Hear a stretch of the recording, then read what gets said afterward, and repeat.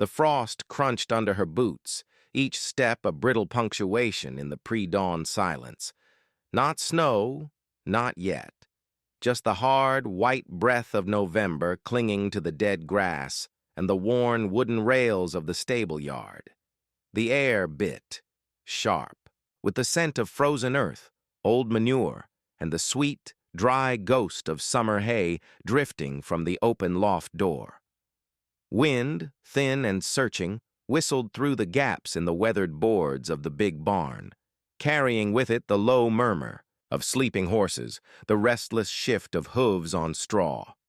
Empty, that's how the place felt. Not just devoid of people at this hour, but hollowed out, like the life had been carefully, systematically siphoned away, leaving only the shell and the chill. She pulled her thin coat tighter, the collar rough against her cheek. She hadn't planned to come here, not really. Not today. Not ever again. Maybe. But the silence in her own small house had become a physical thing, a weight pressing down on her chest, thick with the absence of his laughter, the missing rhythm of his movements. 3 months. It felt like 3 lifetimes scraped raw. The lawyer's call yesterday, finalizing things, cold and efficient, had echoed in the emptiness, driving her out into the biting dark, seeking something, anything but the quiet. Her feet had carried her here to his place, or what used to be. Now it belonged to her, a burdensome inheritance wrapped in grief and legal papers. The main barn loomed, its familiar silhouette suddenly alien. One light burned weakly above a stall halfway down the row. His stall, or rather, the stall of the creature he'd left behind. The unwanted legacy. She pushed the heavy door open, the groan unnaturally loud in the stillness. Warmth, thick with the smell of horse, leather, and dust, washed over her. The aisle stretched long and shadowed, illuminated only by the single bulb and the weak gray light creeping in through the high windows. Horses shifted in their boxes, curious heads appearing over half doors, soft nickers acknowledging the intrusion. She ignored them, her gaze fixed on the stall at the end, the one with the light. As she drew closer, the air changed. Not just the smell of horse, but something sharper, cleaner, almost medicinal. And beneath it, a tension, like held breath. She stopped a few feet from the stall door, her own breath clouding the air. Inside, standing perfectly still in the center of the deep straw, was a horse, a tall, lean bay mare. But it was the stillness that struck first. Not the calm stillness of rest, but the rigid, watchful stillness of a creature expecting a blow. Every line of her body was taut, muscles coiled beneath a coat that, even in the dim light, looked dull, lacking the deep, healthy gleam of the other horses. Her head was held unnaturally high, neck stiff, ears pinned rigidly back against her skull. Not anger. Fear. A deep, abiding fear that vibrated in the air around her. The mare's eyes found hers, large, dark brown, liquid. But there was no softness there, no curiosity, only a wary, exhausted intelligence, watching, assessing. The whites showed slightly a constant flicker of vigilance. She didn't move, didn't snort, didn't flick a tail. She just existed, like a statue carved from anxiety. Whisper, the lawyer had said over the phone, the name sounding absurdly gentle for this tightly wound creature. Registered name, Silent Whisper. Top show jumper. Or was. Recent. Issues. Value significantly diminished. The trainer, Mr. Vance, declined to keep her. Said she was unreliable. Unsound. Unwanted. Unwanted. The word echoed in the silent barn, louder than the wind. She understood unwanted. She didn't move closer. Not yet. Leaning against the cool wood of the stall partition opposite, she just watched. Minutes stretched. The mare remained frozen, only the faintest tremor running along her shoulder muscle betraying the effort of holding that posture. Her breathing was shallow, rapid, barely moving her ribs. The other horses settled back into their drowsing. The light bulb hummed. The wind sighed. Slowly, deliberately, she lowered herself to sit on a bale of hay stacked near the wall, trying to make herself smaller, less threatening. She pulled her knees up, rested her chin on them, and kept her gaze soft, unfocused, looking near the mare but not directly into those terrified eyes. She hummed, low and tuneless, the way she used to hum for him when the nights were long and the pain was bad, a fragment of a lullaby her grandmother used to sing. Nothing happened.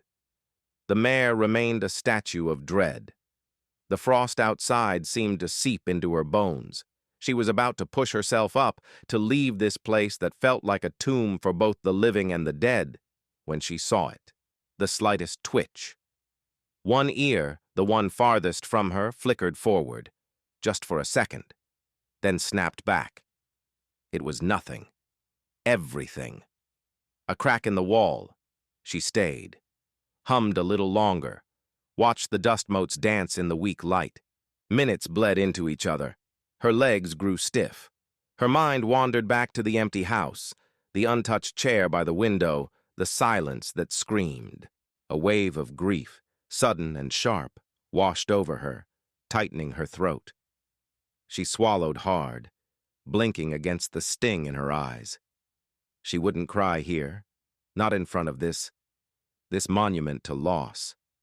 A soft sound, not a snort, not a whicker. A sigh, deep and shuddering, like the release of a breath held for years. She looked up. The mare's head had lowered, just a fraction. The rigid line of her neck had softened infinitesimally. Her ears were still pinned, but less aggressively, and those dark, liquid eyes, they were watching her, not with the flat terror of before, but with a flicker of recognition, curiosity. The whites were less visible. The mare shifted her weight, one front hoof lifting and settling back into the straw with deliberate softness. Slowly, so slowly. It felt like watching ice melt. The mare turned her head. Not fully towards her, but enough. Her nostrils flared, wide and dark, drawing in the air between them, testing the scent of grief and stillness and the faint, lingering note of a forgotten lullaby. She didn't move, didn't breathe. The world narrowed to the space between them, charged with an unspoken question. The mare took a single step, not towards her, not away, just a step, a release of coiled tension. Her head lowered another inch. The pinned ears relaxed, swiveling slightly, one tipping tentatively forward.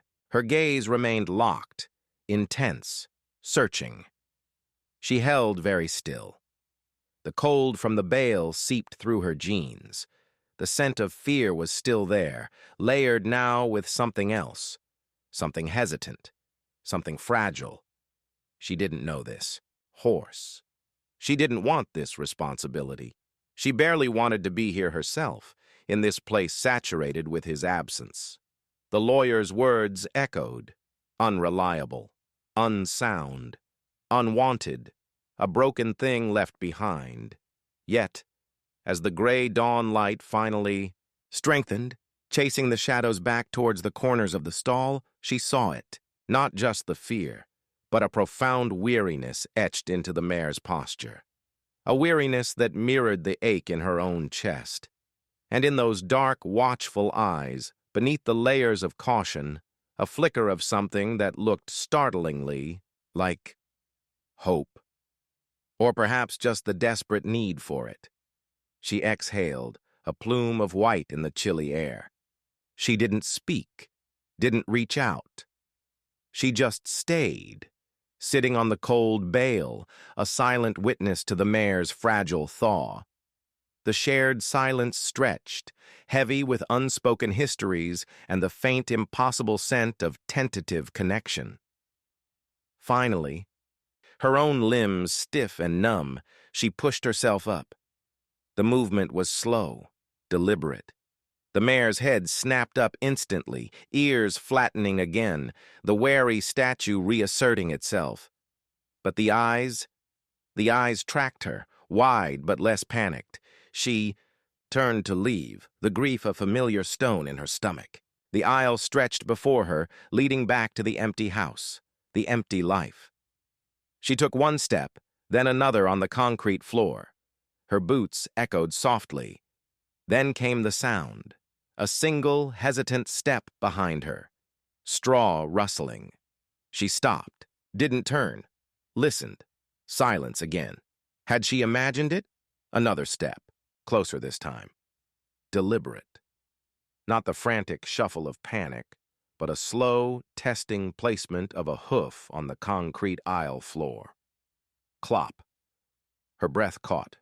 She stood frozen, staring straight ahead at the barn door, the weak morning light outlining its frame. She could feel the presence behind her now, a warm, breathing weight in the cool air. The scent of horse, fear, and that strange medicinal tang grew stronger. She didn't turn, couldn't. Her heart hammered against her ribs, a frantic counterpoint to the heavy stillness. Why was the horse following? What did this broken creature see in her own broken reflection that made her step out of the perceived safety of her stall? Was it curiosity? Desperation? Or some impossible, fragile thread of trust spun in the shared silence of the dawn? She took another step towards the door, and behind her, clear and undeniable on the concrete, came the soft, echoing clop of a single hoof, matching her own. The days blurred into a rhythm dictated by hay, water buckets, and the wary orbit of a bay. Mare!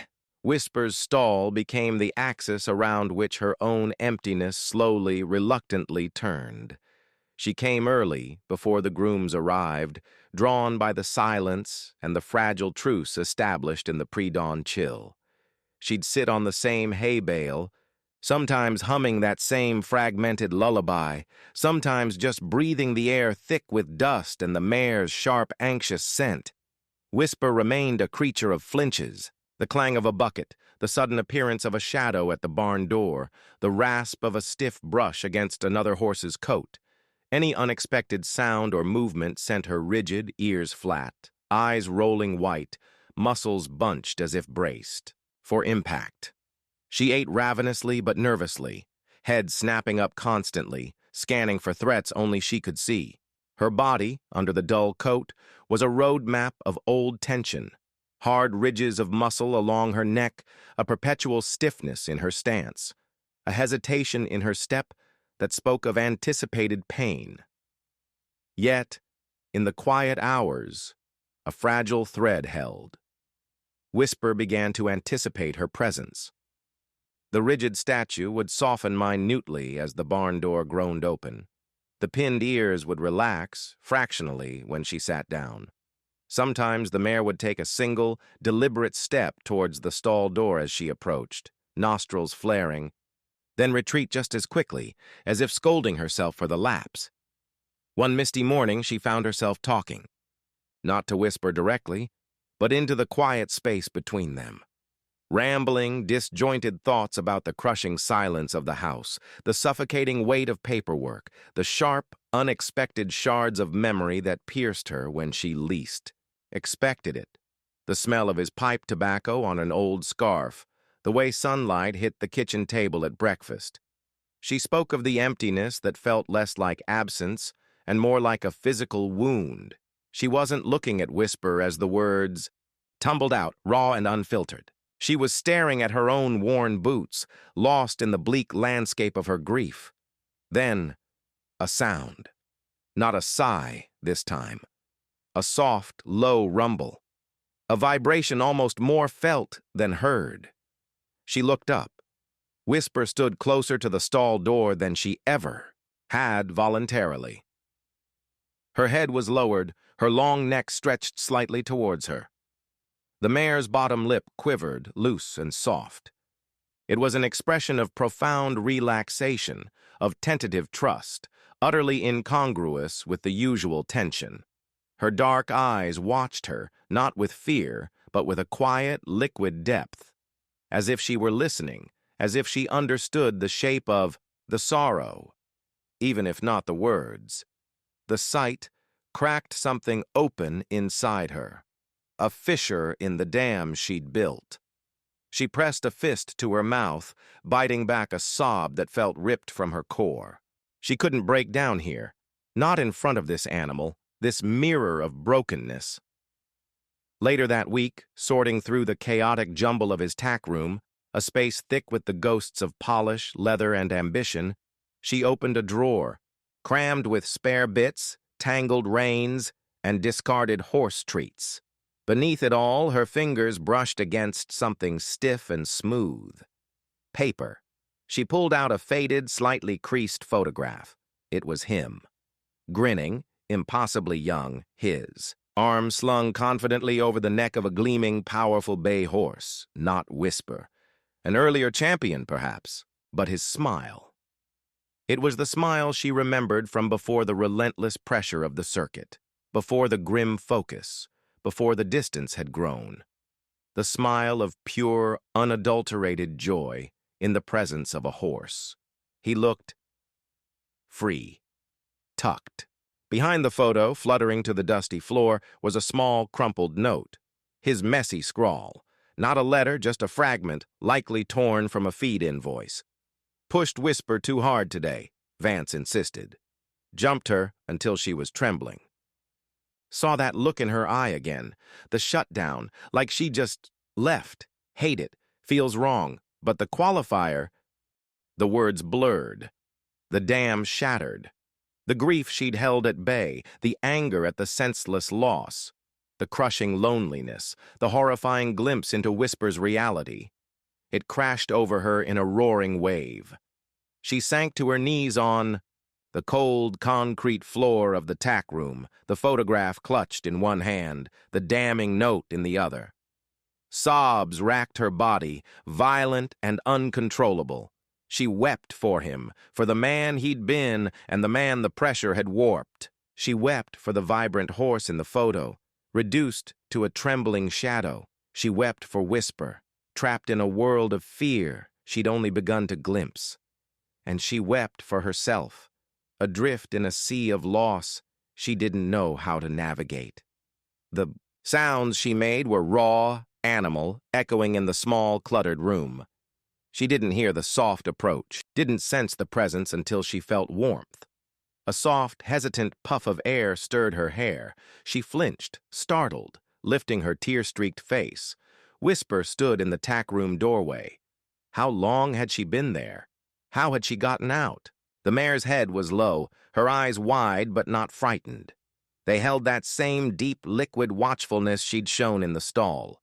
She took one careful step into the room, then another, her hooves barely whispering on the concrete. She stopped a few feet away, her body angled slightly, not confronting but present.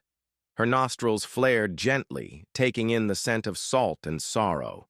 The mare didn't nuzzle, didn't whinny, didn't demand. She simply stood, solid, breathing, slowly, deeply, a steady rhythm that seemed to echo in the small space. She lowered her head further, her soft muzzle inches from the woman's bent knee. She blew out softly again, a warm, moist sigh that feathered across her skin. And then she waited. She didn't retreat from the storm of human grief. She didn't flinch at the ragged sobs. She anchored herself in the doorway, a silent, massive sentinel, breathing calm into the chaos, her dark eyes holding a quiet, unwavering patience.